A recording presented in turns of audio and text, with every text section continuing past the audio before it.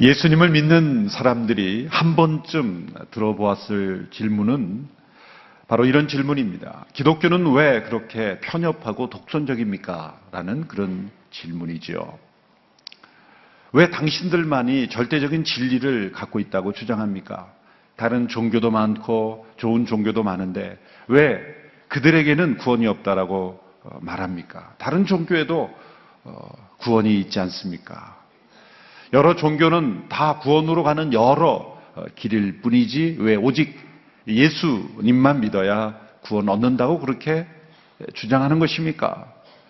그러므로 여러분들은 다른 나라에 선교사를 보내서 여러분이 믿는 종교를 믿으라고 그렇게 선교하는 것은 교만한 일입니다. 그렇게 하지 말아야 됩니다. 라고 주장하는 것을 들어본 적이 있을 겁니다. 여러분 여기까지 듣고 아멘 하시면 큰일 납니다. 그런 주장을 한 번 정도는 들어봤을 겁니다. 여러분 그런 주장에 대해서 뭐라고 대답하시겠습니까? 그런 생각들을 대변해주는 대표적인 예화가 있죠. 등산의 예화를 많이 듭니다. 산봉우리로 올라가는 등산의 길은 여러 갈래의 길인데 다 산봉우리로 가는 것은 마찬가지이기 때문에 여러 갈래의 길이 있을 뿐이지 구원으로 가는 여러 종교의 길이 있을 뿐이지 오직 한 길만 주장해서는 안 된다라는 그런 생각입니다. 여러분 이런 예화를 그대로 받아들이고 그 주장을 그대로 믿는 것은 매우 단순한 생각입니다. 왜냐하면 그 예화 자체도 문제가 많죠. 여러분 모든 길이 다 산봉우리로 올라갑니까? 낭떠러지로 떨어지는 길도 있고 계곡으로 가는 길도 있고 막다른 길도 있고 그리고 정상으로 올라가지 못하고 헤매게 하는 길도 있는 것입니다. 모든 길이 정상으로 인도하는 길은 아닌 것이죠. 여러분 이러한 질문이 본격화된 것은 20세기에 들어서면서부터입니다. 18세기, 19세기를 가리켜 역사적으로는 모더니즘, 현대주의 혹은 근대주의, 현대주의라고 말합니다. 계몽주의가 일어나면서 과학기술이 발달하기 시작했습니다. 그러면서 사람들은 초자연적인 것을 부정하고 받아들이지 않고 과학적 진리를 최고의 권위에 올려놓기 시작했습니다. 그래서 성경에 나오는 기적을 믿지 않게 됐고 성경은 신화적인 책으로 받아들이게 되었습니다. 그런데 20세기에 들어서면서부터는 그러한 과학적 권위마저도 인정하지 않는 어쩌면 모든 종류의 권위는 다 부정하는 그러한 시대로 흘러가고 있습니다. 이 자리에 있는 우리 모두가 태어나기 전부터 그런 시류가 흐르고 있었다는 거예요. 어떤 종류도 절대적 진리는 존재할 수 없다. 모든 것은 다 상대적인 것이다. 각자가 진리라고 받아들일 뿐이지 모든 사람이 믿어야 하는 진리는 존재하지 않는다. 라는 그런 무서운 사상과 흐름들이 이 세상을 지난 2세기 동안 덮고 있습니다. 지난 100년 동안 더 심해졌고요.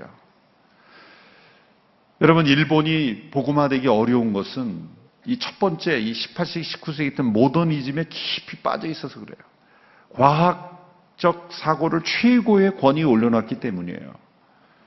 그래서 성경을 잘 믿지 않는 거죠. 최근에도 저희 교회 방문했던 일본 어느 젊은 목사가 있는데 창조를 인정한다는 이유로 지난주에 해고됐답니다.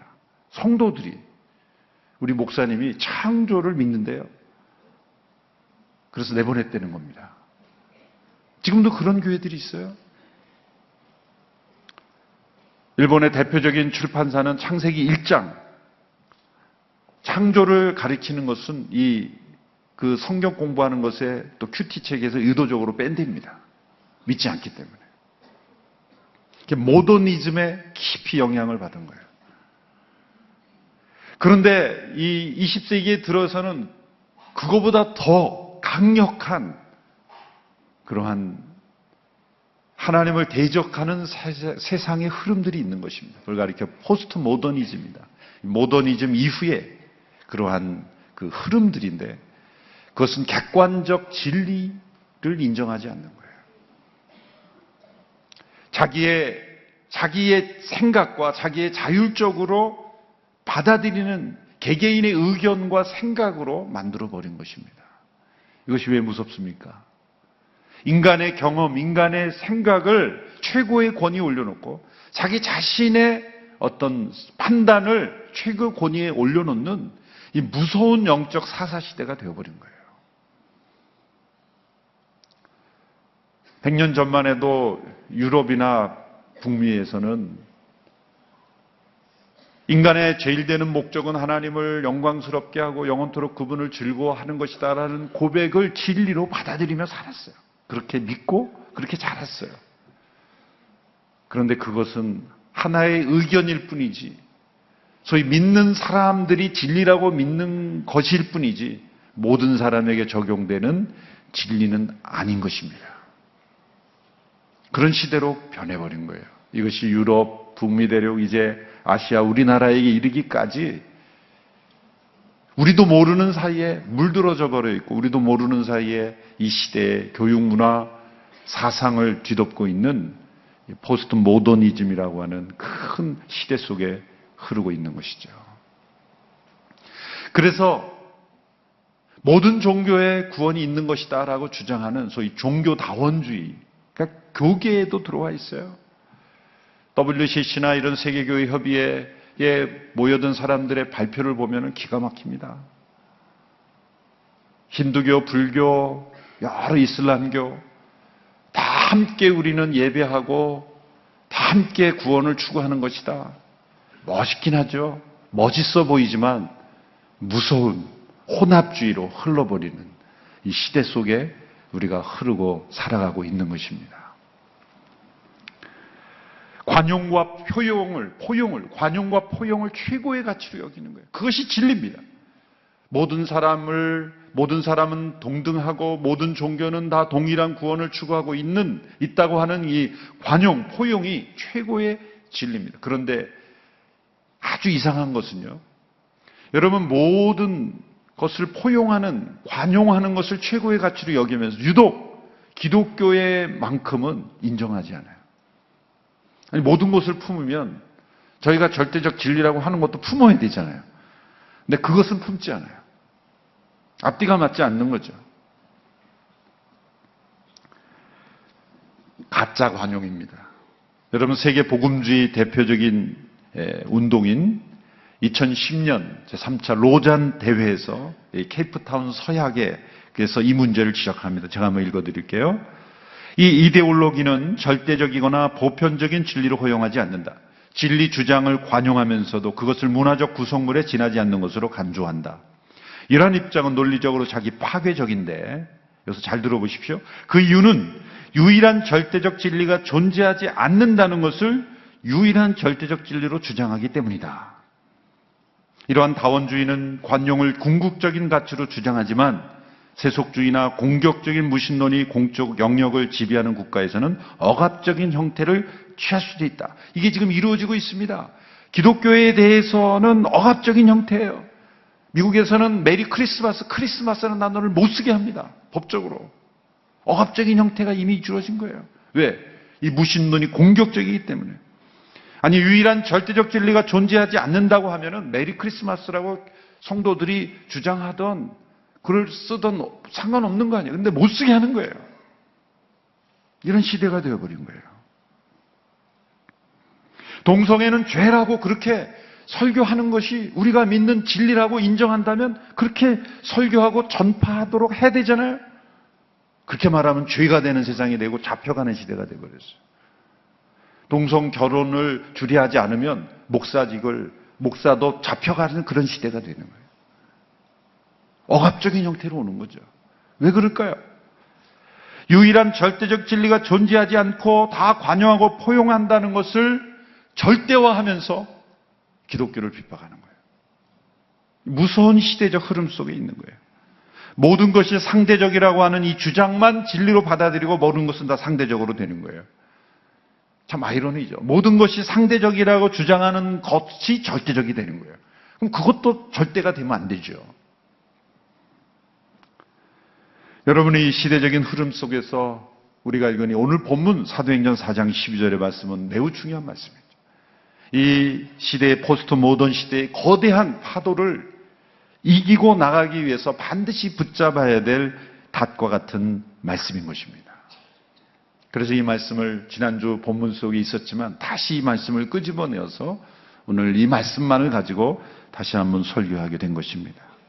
이 말씀은 성전 미문에 앉아있던 걷지 못하는 사람을 고친 후에 자신을 체포하여 신문하는 종교 지도자들에게 던진 베드로의 메시지 가운데 있습니다. 베드로는 이 말씀 가운데 2번씩이나 다른 이름으로는 구원을 얻을 수 없다고 반복합니다. 부정 강조는 최고의 강조죠. 오직 예수님의 이름으로만 구원을 얻을 수 있다라고 강조한 것입니다. 예수님이 유일한 구원자라고 선언한 것입니다.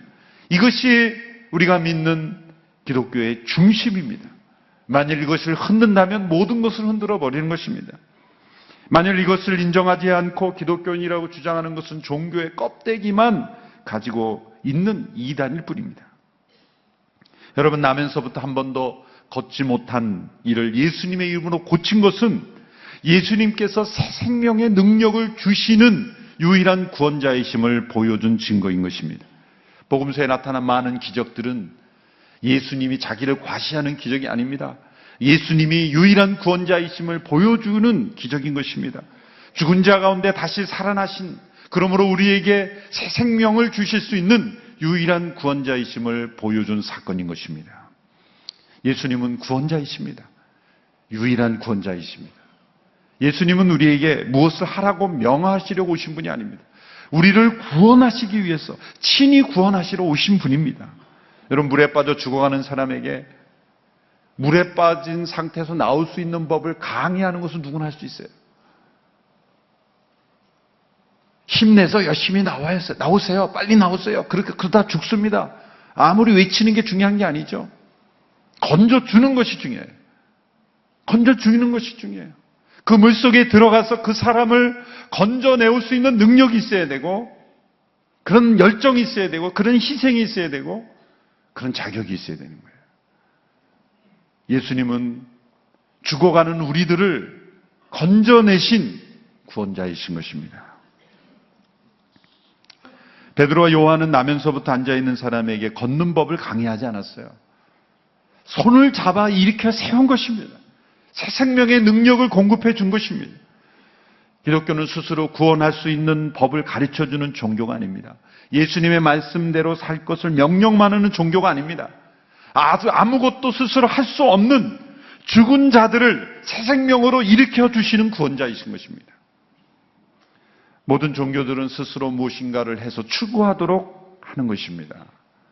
이 포스트 모던 시대, 모더니즘에 빠져있는 그런 사람들의 주장을 보면 구원이란, 그들도 구원이란 단어를 써요. 구원이란 어떤 궁극적 실제를 향하여 변화되는 것이다. 그런데 그 궁극적 실제가 뭐냐? 그러면 아니에요. 실체가 없어요. 어떤 인격적인 실체가 있는 게 아니에요. 그냥 이름을 그렇게 붙였을 뿐입니다. 막연한 것입니다. 수상적인 것이에요. 그러므로 어떤 형태로 추구하든지 궁극적인 실제를 추구하면 다 구원이다. 이건 말장난에 불과한 거예요. 우리가 믿는 하나님은 인격적인 살아계신 하나님이십니다. 우리와 대화하시고 우리를 위하여 희생하시고 우리를 건져내시는 하나님이신 것이죠. 그런 포스트 모던 시대의 구원이라 하는 것은 자기 경험 속에 갇혀 있는 거예요. 자기 경험 속에 갇혀 있는 거예요. 자기 경험이 곧 신이 되는 거예요. 여러분, 인간에게 필요한 것은 스스로 이뤄내는 변화가 아닙니다. 구원입니다. 어떤 도움이나 조언이나 본보기가 아닙니다. 새로운 본성이 필요합니다. 죽음에서 생명으로 변화되는 새 생명이 필요한 것입니다. 여러분, 우리가 믿음으로 행하는 것은 종교적 수행이 아닙니다. 우리 안에 새 생명이 있기에 새 생명을 따라 살아가는 것입니다. 여러분 들었지만 진정한 구원은 인간 이상의 존재인 분이 우리를 구원해 주셔야 되는 겁니다. 모든 인간은 다 죄인이고 죄 악에 가득 차 있기 때문에 구원자가 될 수 없죠. 동시에 진정한 구원자는 우리와 동일한 사람으로서 우리의 아픔을 알고 우리가 당한 시험을 이해하고 우리가 빠져있는 죄를 이해하고 공감하는 분이옵니다. 그분은 바로 예수 그리스도, 하나님의 아들이시며 사람의 아들이 되신 바로 예수 그리스도, 그분만이 진정한 구원자의 자격이 있는 것입니다. 그분은 자격이 있을 뿐만 아니라 능력 또한 있으십니다. 자격만 있으면 뭐합니까? 그것을 보여줘야죠. 그 능력을 십자가에서 보여주신 거예요. 그 사랑으로 우리를 대신하여 십자가에 죽으신 그 죽음으로 그 구원자의 능력을 보여주신 거예요. 예수님의 구원자의 능력은 기적을 일으킨 것만으로 능력이 아닙니다. 십자가에서 죽으시는 능력, 그 희생의 능력으로 그 구원자의 능력을 보여주신 것입니다. 뿐만 아니라 그분은 우리를 향하여 한없이 긍휼히 여겨주시는, 불쌍히 여겨주시는, 자격도 있고 능력도 있지만 불쌍히 여겨주시는 공감의 능력이 없는 구원자라면 얼마나 냉정하고 쌀쌀맞을까. 그러나 그분은 우리를 한없이 불쌍히 여겨주시는, 우리를 긍휼히 여겨주시는, 지금도 우리를 위해 눈물을 흘리시는 그런 긍휼히 여겨주시는 구원자이십니다. 더 놀라운 것은 예수님께서 이 모든 유일한 구원의 능력과 자격과 그런 능력을 가지신 분이라는 것을 스스로 주장하셨다는 거예요. 이것이 놀라운 점입니다. 예수님께서는 자기 자신에 대한 많은 말씀을 하셨어요. 예수님께서 언제나 가르침을 보면은 겸손, 은밀함, 낮아짐을 말씀하셨지만 예수님은 자기 자신에 대한 많은 말씀을 하셨어요. 여러분, 그것을 우리는 주목해야 합니다.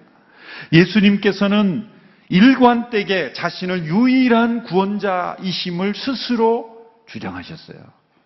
대표적인 요한복음 14장 6절 7절의 말씀이 있죠. 우리 같이 한번 읽어볼까요? 시작. 도마에게 말씀하셨습니다. 나는 길이요 진리요 생명이니 나를 통하지 않고서는 아버지께로 올 사람이 없다. 너희가 나를 알았더라면 내 아버지도 알았을 것이다. 이제 너희는 내 아버지를 알고 내 아버지를 보았다.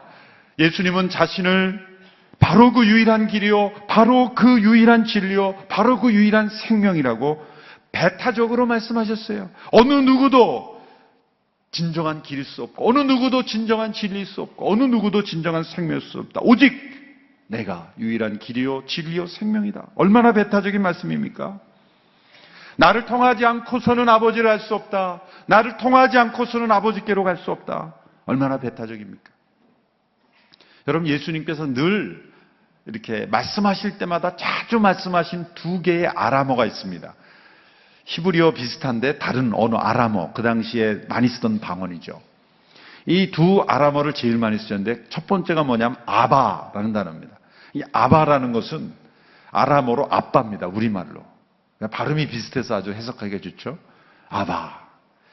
아버지를 친근하게 부르는 말. 그런데 하나님을, 그 유대인들이 유일하시다고 주장하는 그 하나님을 아바라고 부른 거예요. 유대인들은 충격을 받았죠. 왜요? 예수님은 하나님의 아들이시기 때문에요. 유일하신 하나님의 아들이시요, 하나님과 동등한 분이기 때문에 여러분, 아들은 아버지와 동등한 그러한 어떤 그 존재예요. 예수님은 하나님의 아들로서 하나님과 동등하신 분이에요.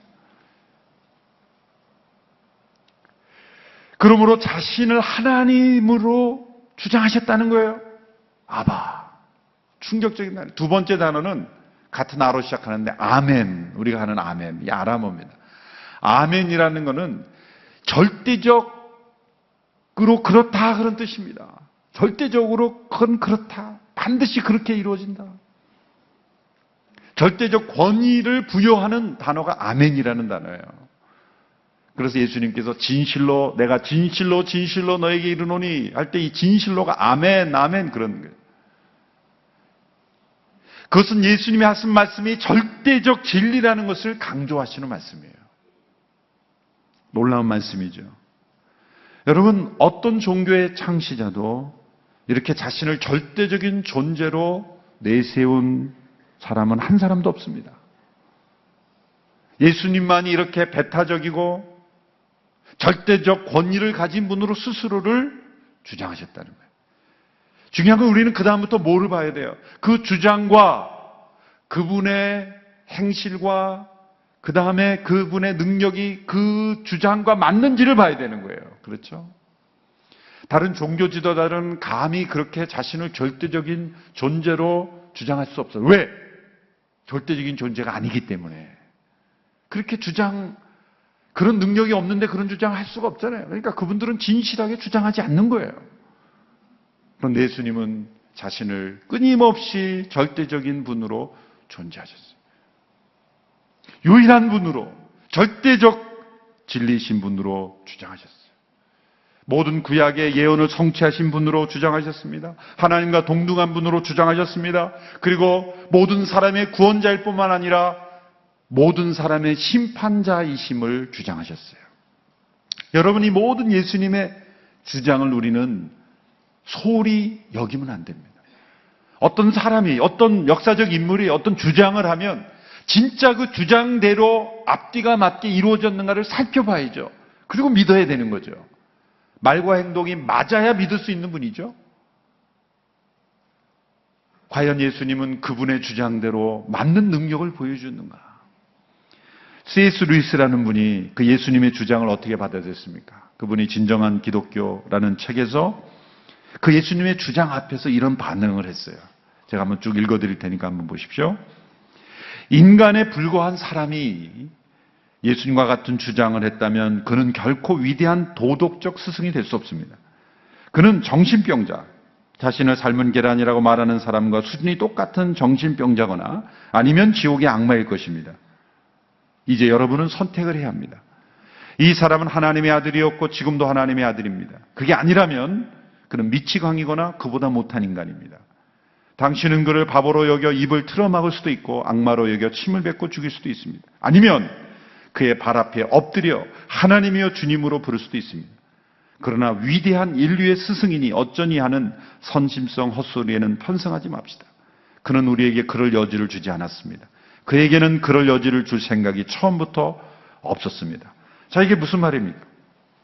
자, 예수님의 주장이 만일 예수님께서 스스로 자신이 하신 말씀이 잘못되었는데 사실이 아닌데 절대적인 분이 아닌데 그렇게 주장했다면 거짓말하는 자이겠죠. 거짓말하는 자이겠죠. 만일 자신의 주장이 틀린 것을 모르고 했다면 정신적인 문제가 있는 문제겠죠. 그러나 아닌 것은 뭡니까? 도덕적인 스승은 아니라는 거예요. 왜? 스스로 절대적인 분으로 주장했기 때문에. 그것을 받아들이냐 받아들이지 않느냐의 문제지 그렇게 주장한 분을 도덕적인 단순한 종교 지도자의 수준으로 만드는 것은 아니라는 거예요. 여러분, 예수님의 말씀에서 어떤 정신적인 문제가 나타납니까? 정신적인 문제가 있는 분이 쓴 글을 수많은 사람들이 읽고 감동하고 삶이 변화가 될까요? 미친 사람이 한 말에 수많은 사람들이 따라다니고 그분을 위해서 죽기까지 하고 순교까지 하는 일이 일어날까요? 있을 수 없는 거예요. 그렇다면 단 한 가지 가능성밖에 없어요. 그분은 그분의 주장대로 사셨고 그 능력이 나타났고 교회 역사를 통해서 그분의 말씀이 사실임이 증명된 거예요. 유일하신 구원자. 예수님께서 유일한 구원자라는 것을 부정하려는 수많은 핍박이 있었지만 그러나 수많은 순교자들은 피를 흘리면서까지 그것을 부정하지 않았어요. 그것이 거짓이라면, 미친 사람의 자기 주장이라면 그럴 수 있겠습니까? 그것이 사실이고 지금도 살아계시기에 그런 일이 일어나는 것이죠. 예수님은 유일한 구원자이신 것입니다. 그것이 사실이기에 사실을 사실대로 말하는 것은 독선이 아닙니다. 교만이 아닙니다. 여러분, 성경에 보면, 구약에 보면 하나님만을 경배하라, 나 외에 다른 신은 없느니라 말할 때 하나님은 왜 이렇게 독선적일까? 나만을 경배하라, 모든 영광을 하나님께 돌리라 할 때 왜 하나님만 영광 받으시라 그럴까? 만약 하나님이 이렇게 말씀하신 거예요. 나만을 경배할 필요 없어. 다른 신도 좀 경배하고 나눠 가져야 좋은 거지. 그래야 포용적인 거지. 나는 마음이 넓어서 모든 영광을 나에게 돌릴 필요는 없어. 너희들이 나만을 경배할 필요는 없다. 10개의 계명의 1계명이 그렇게 된다고 봐요. 그런 주장을 하는 존재는 하나님이 아닌 것입니다. 천지를 창조하시고 홀로 영광 받기에 합당하신 하나님이 아닌 거죠. 사실을 사실대로 말하는 거예요. 천지를 창조하시고 모든 영광을 받기에 합당하신 하나님이시기에 영광을 돌리라는 겁니다. 그건 진실을 진실대로 말하는 거예요. 그건 배타적이고 독선적이 아닌 것입니다. 여러분, 과학적 진리만큼 배타적인 게 어디 있습니까? 1 더하기 1은 2죠. 어떤 사람이 왜 2만 답입니까? 3도 될 수 있고 4도 될 수 있는 거 아닙니까? 주장해봐야 그 사람은 바보 취급당하는 거예요. 그걸 가리켜 배타적이라고 말하지 않죠. 수학 공식을 말할 때 그 답이 하나라 그래서 왜 답이 하나만 있을 수 있습니까? 라고 말할 수 없는 것처럼 진정한 진리는 배타적인 것입니다. 진리는 배타적인 것입니다.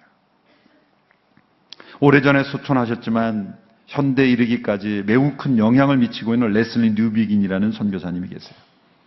1988년 이분이 탄바람 선교사 대회에서 이런 고백을 했어요. 참 감동적입니다.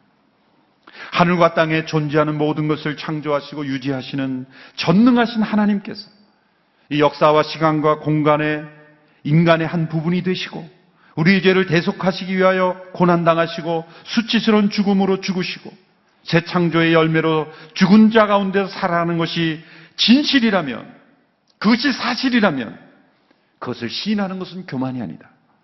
그것에 대하여 침묵하는 것이 오히려 인류에 대한 배반이다. 하나님의 아들이 나를 사랑하셔서 나를 위하여 자신을 주셨다면, 그것이 참으로 진실이라면 그 무엇과도 비교할 수 없는, 경쟁할 수 없는 이 은혜의 행위가 어떻게 비교 종교학의 한 과목의 부분이 되는 것을 용납할 수 있느냐. 비교할 수 없다는 거예요. 오직 예수님만이 유일한 구원자이심을 증거하는 것은 절대로 교만이요, 독선이요, 배타적인 것이 아니다. 여러분, 우리가 이 예수님의 유일한 구원자이심을 더욱 확신하는 우리 모두가 되기를 바랍니다. 그런데 우리는 이것을 전하는 태도에 있어서 많은 사람들이 오해하는 데 있어서 예수님이 유일한 구원자이신다 그래서 내가 유일하다고 생각해서는 안 돼요. 내가 절대적이라고 주장해서는 안 되는 거예요. 예수님의 유일한 구원자 되심과 나의 삶을 동일시해서는 안 되는 거예요. 전하는 자도 절대적인 것이 아니기 때문에요. 기억할 두 가지가 있습니다. 첫 번째는 예수님이 유일한 구원자이심을 절대성을 말씀하셨지만 예수님은 모든 사람을 위한 대속물로 자신을 내어주셨다는 거예요. 하나님께서 이스라엘을 택하셨지만, 아브라함을 택하셨지만 모든 민족을 향한 축복의 통로로 사용하셨어요. 하나님은 언제나 모든 민족을 향한 포용을 가지고 계셨다는 거예요. 여러분, 이 배타적 진리는 언제나 모든 사람을 향한 포용으로 나가고 있다는 거예요. 그게 선교입니다. 선교는 모든 사람을 향한 포용이에요. 모든 사람을 구원하시기 원하시는 이 포용의 이 선교가 없으면, 그것이 없으니까 배타적 진리만을 주장하는 모습을 보면서 배타적인 것으로 보이는 거예요. 배타적인 진리지만 예수님만 유일한 구원자이심을 전하는 사람들이 모든 사람을 위하여 희생하고 나누고 섬기는 이런 모든 사람을 위한 선교적 포용으로 나가면 누구도 배타적인 종교라고 말하지 않을 거예요.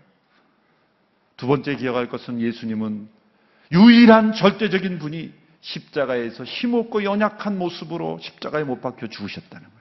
그것을 통해서 구원을 이루셨다는 거예요.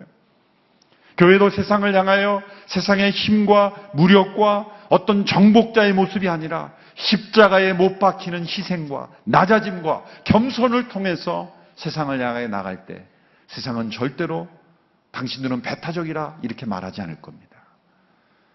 우리의 낮아짐이 없기 때문에, 우리의 겸손이 없기 때문에, 우리의 희생이 부족하기 때문에, 모든 사람을 향하여 나아가는 선교적 포용이 부족하기 때문에 사람들이 기독교를 향하여 배타적이다, 독선적이라 말하는 거예요.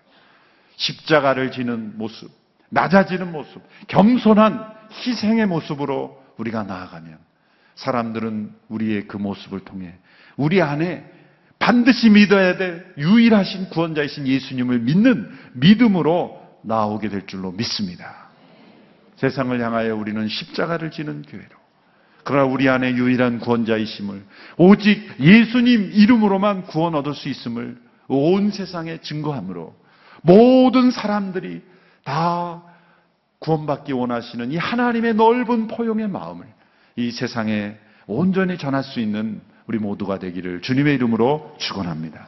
오직 예수님만이 유일한 구원자이심을 확실히 믿고 세상을 향하여 모든 사람을 구원하시는 하나님의 마음을 품고 기도하는 우리 모두가 되기를 축원합니다. 기도하겠습니다. 하나님 아버지, 오직 예수님만이 유일한 구원자이심을 믿습니다. 오직 예수님만이 절대적인 진리요, 길이요, 생명이심을 믿습니다. 이 포스트 모던 시대에 흘러가는 사상 속에, 시류 속에 휩쓸려가는 인생이 되지 아니하고 이 시류를 거슬러 오직 예수님, 이 유일한 구원자이심을 확실히 믿고 이 세상을 향하여 나아가는 우리 모두가 되게 하여 주옵소서. 기독교를 배타적인 종교라 하는 오해가 우리를 통해 풀리게 하여 주시옵시고, 오직 예수님을 믿는 믿음이 그들을 위한 하나님의 사랑의 포용인 것을 깨닫고 그들이 주 앞에 나올 수 있는데 쓰임받는 우리 모두가 되게 하여 주옵소서. 예수님의 이름으로 기도하옵나이다. 아멘.